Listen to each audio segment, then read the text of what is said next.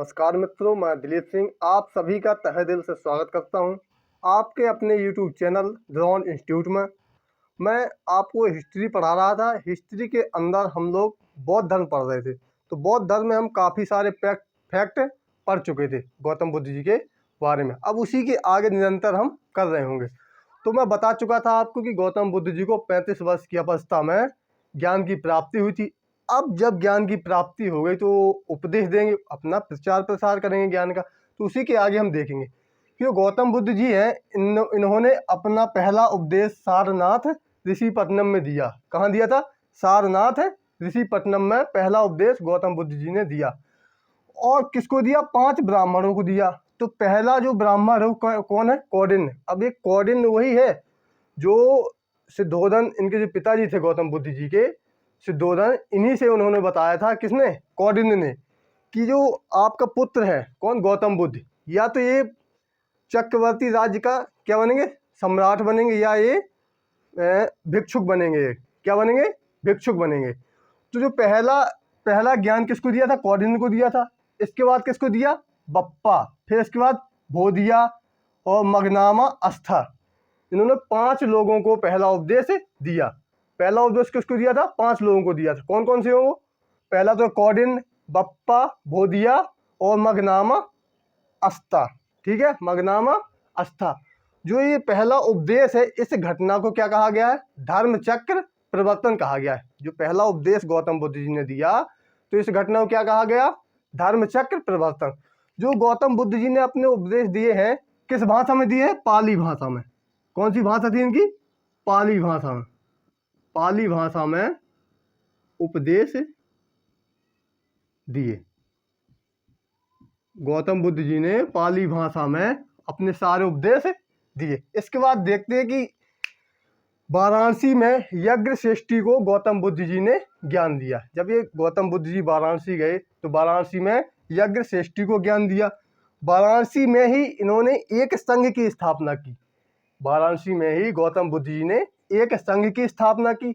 इस संघ को बौद्ध भिक्षु संघ कहा गया। इस संघ को बौद्ध भिक्षु संघ कहा गया।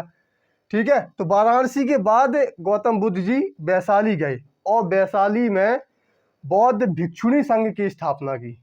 बौद्ध भिक्षुणी संघ की स्थापना की। जो इनके शिष्य थे, इनका शिष्य कौन था? आनंद था। आनंद जो इनका शिष्य था, इसी के कहने पर ही गौतम बुद्ध जी ने बौद्ध भिक्षुणी संघ की स्थापना की थी। किसके कहने पर गौतम बुद्ध जी ने बौद्ध भिक्षुणी संघ की स्थापना की थी? तो आनंद के कहने पर। आनंद गौतम बुद्ध जी का ही शिष्य था, प्रिय शिष्य था। इस संघ में सबसे पहले जो इनकी प्रजापति गौतमी गौतम बुद्ध जी कौन लगती थी? माता जी। और एक रिश्ता क्या था इनका? मौसी का भी था। इसके बाद जब इनकी मम्मी जी खत्म हो गई थी, माता जी एक्सपायर हो गई थी, तो प्रजापति गौतमी से ही गौतम बुद्ध जी के पिताजी ने क्या किया था? शादी कर ली थी। तो सबसे पहले इनकी मौसी जो प्रजापति गौतमी और फिर अम्रपाली जुड़ी। कौन से संघ से? बौद्ध भिक्षुणी संघ से। कौन पहले जुड़ी? प्रजापति गौतमी और फिर अम्रपाली जुड़ी।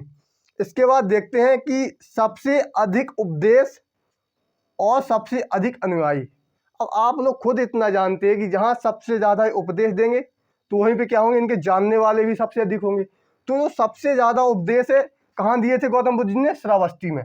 तो श्रावस्ती में इनके सबसे ज़्यादा अनुयायी भी हैं, वहीं पर हैं। अनुयायी का मतलब होता है जानने वाले।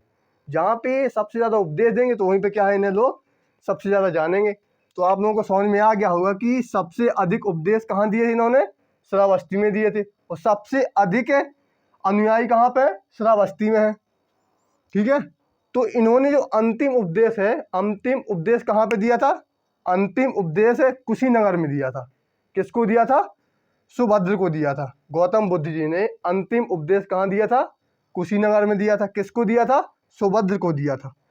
तो सर्वाधिक वर्षावास कहाँ बिताए गौतम बुद्ध जी ने? सर्वाधिक वर्षावास कहाँ बिताए? तो आप लोग खुद इतना जानते हैं कि जहाँ सबसे ज़्यादा रहे होंगे। कहाँ रहे सबसे ज़्यादा? सबसे अधिक उपदेश कहाँ पे दिए हैं? कहाँ दिए हैं? श्रावस्ती में। तो आमतौर पर ही तो सबसे ज़्यादा जो वर्षावास है ये भी कहाँ बिताए होंगे इन्होंने? श्रावस्ती में ही सबसे ज़्यादा वर्षावास बिताए हैं। और तो अंतिम वर्षावास कहाँ बिताया इन्होंने? जो अंतिम वर्षावास है जहाँ पे इन्होंने अंतिम उपदेश दिया, तो अंतिम उपदेश कहाँ दिया इन्होंने? अंतिम उपदेश दिया था आपका कुशीनगर में। तो अंतिम जो वर्षावास है ये भी कहाँ बिताया इन्होंने? कुशीनगर में ही बिताया। गौतम बुद्ध जी की शिक्षाएं, इन्होंने शिक्षाएं क्या दी? कि दुख है, पहली शिक्षा दी इन्होंने कि दुख है, दुख का कारण है, दुख का निवारण है, और दुख का निवारण अष्टांगिक मार्ग से किया जा सकता है, किया जा सकता है। तो गौतम बुद्ध जी की जो शिक्षा थी, जो इन्होंने लोगों को बताया, क्या बताया था? कि दुख है, दुख का कारण है, दुख का निवारण है, और दुख का निवारण हम अष्टांगिक मार्ग से किया जा सकता है, अष्टांगिक मार्ग द्वारा किया जा सकता है। तो जो देखते हैं कि जो 8 इन्होंने जो मार्ग बताए वो कौन कौन से हैं। तो पहला मार्ग बताया इन्होंने कि साम्यक दृष्टि, अच्छी दृष्टि से देखें, साम्यक दृष्टि। तो जो 4 सत्य हैं जो इसमें विश्वास कीजिए, जो इन्होंने 4 सत्य बताए हैं गौतम बुद्ध जी ने। 4 सत्य क्या बताएं? कि दुख है, दुख का कारण है, दुख का निवारण है, और दुख का निवारण है जो 8 प्रकार से किया जाता है, 8 प्रकार से अष्टांगिक मार्ग द्वारा किया जा सकता है। तो अष्टांगिक मार्ग कौन कौन से हैं? नंबर पहला है साम्यक दृष्टि। जो 4 आर्य सत्य बताए हैं इन्होंने, तो इन्हीं को कहा गया साम्यक दृष्टि।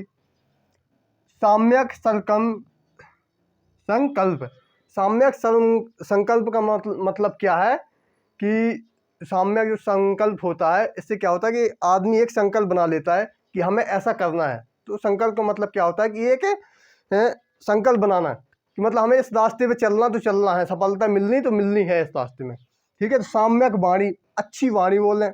साम्यक कर्म, साम्यक आजीविका, अच्छी तरह से कमाया हुआ पैसा, ठीक है। साम्यक व्यायाम, साम्यक स्मृति, साम्यक समाधि। तो उन्होंने 8 प्रकार से दुख का निवारण बताया है, 8 प्रकार से दुख का निवारण बताया है। क्या बताया है? कि साम्यक दृष्टि, साम्यक संकल्प, साम्यक वाणी, साम्यक कर्म, साम्यक आजीविका, साम्यक व्यायाम, साम्यक स्मृति और साम्यक समाधि, ठीक है। तो आप लोगों को सभी को ये 8 अष्टांगिक मार्ग समझ में आ गए होंगे। अब हम चलते हैं आगे। जो इनके प्रतीक हैं कि जन्म का प्रतीक क्या है? तो जन्म का प्रतीक क्या है इनके? जन्म का, गौतम बुद्ध जी के जन्म का प्रतीक क्या है? कमल और साँड़। क्या प्रतीक है भैया? कमल और साँड़। जब इन्होंने घर त्यागा था तो इसका प्रतीक क्या है? घोड़ा। इसका प्रतीक क्या है? घोड़ा है। जब ये गर्भ में थे, कहाँ थे? गर्भ में। तो गर्भ में इनका प्रतीक क्या था? हाथी था। गौतम बुद्ध जी का गर्भ में प्रतीक क्या था? हाथी था। जब इन्हें ज्ञान की प्राप्ति हुई थी, तो ज्ञान की प्राप्ति हुई थी तो वहाँ का प्रतीक क्या था इनका? पीपल का वृक्ष था। क्या था? पीपल का वृक्ष था। इनकी मृत्यु का प्रतीक बताया गया पद चिन्हों को। जब इनकी मृत्यु हुई है तो इसका जो प्रतीक है किसको बताया गया? पद चिन्हों को बताया गया है। तो धन्यवाद दोस्तों। अगर आपको वीडियो अच्छा लगा हो तो लाइक करें, शेयर करें, सब्सक्राइब करें और हमारे चैनल को सपोर्ट करें।